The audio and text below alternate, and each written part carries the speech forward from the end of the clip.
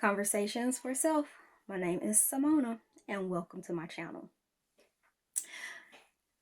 I have a passion for and a calling for helping others who are in seek of emotional healing from heartbreak, childhood trauma, um, mental, verbal, physical abuse. Uh, find their place of healing, find their place of happiness and wholeness.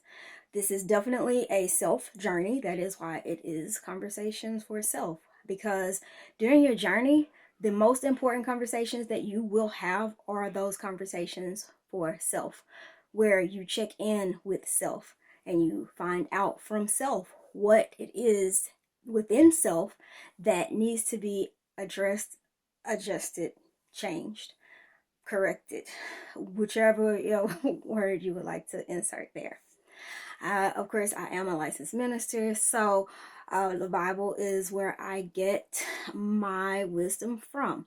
My favorite book is, of course, Proverbs, because Proverbs has daily applicable lessons that we can apply today, every day, today. The one verse that I lean on for what I do is Proverbs 4:27, where we are asked to, or we are, told to keep and guard your heart with all vigilance. Vigilance. I apologize. For out of it flows the issues of life. And that right there is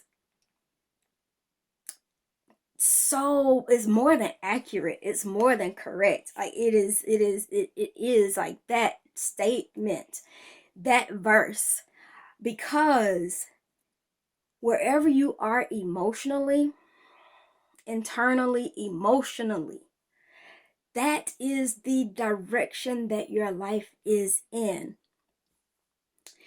If internally you're having turmoil, if you feel negatively about people, places, things around you, that is going to affect how you interact with those persons, places, things.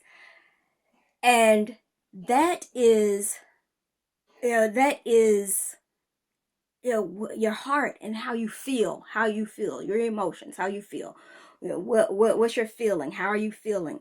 How do you feel about your job? How do you feel about your spouse, your kids, your friends, your family? How your life is? How your expenses are?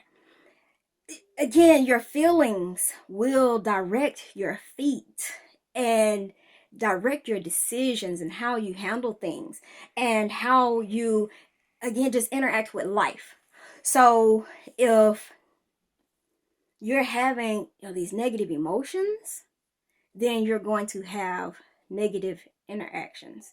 If you're having anger, there is no way that you can be happy on the left and be angry on the right and think that everything in the middle is going to go smooth. That is not how that's not how you're going to be successful. And I am saying this from experience. I am saying it from experience, seeing my previous actions, seeing my previous steps, seeing how I moved and operated previously, and how I move and I operate now. And not just in myself, but others who I, have seen also become, emotionally healed and emotionally whole. And others around me who, again, just have an even temper about everything.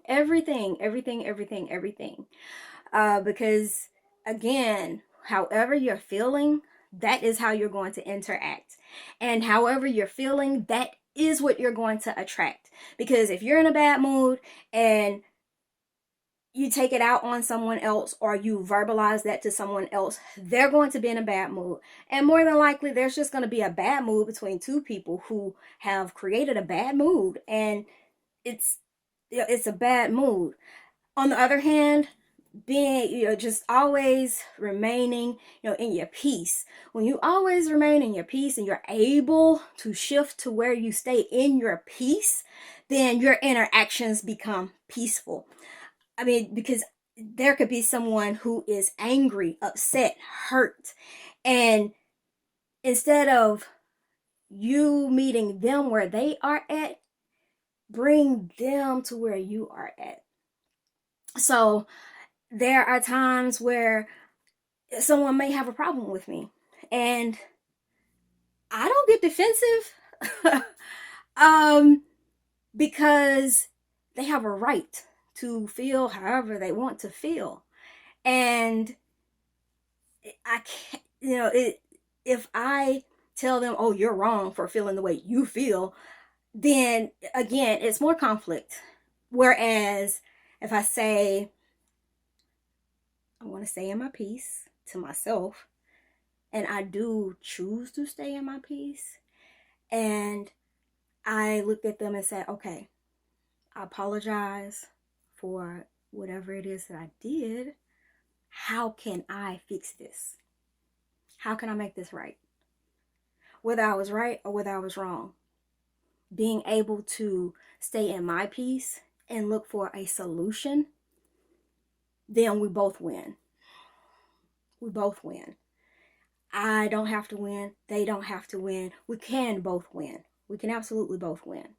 So again, keep and guard your heart with all vigilance, because out of it flows all of the issues of life: job, friends, family, kids, money, education. Everything is affected by how you feel. So first, your prayer life. Get it together. Get it all the way wrapped tight. But in closing, as I always say, emotional healing, true self-love is the way to a happy, fulfilled, successful life. And it is so very necessary.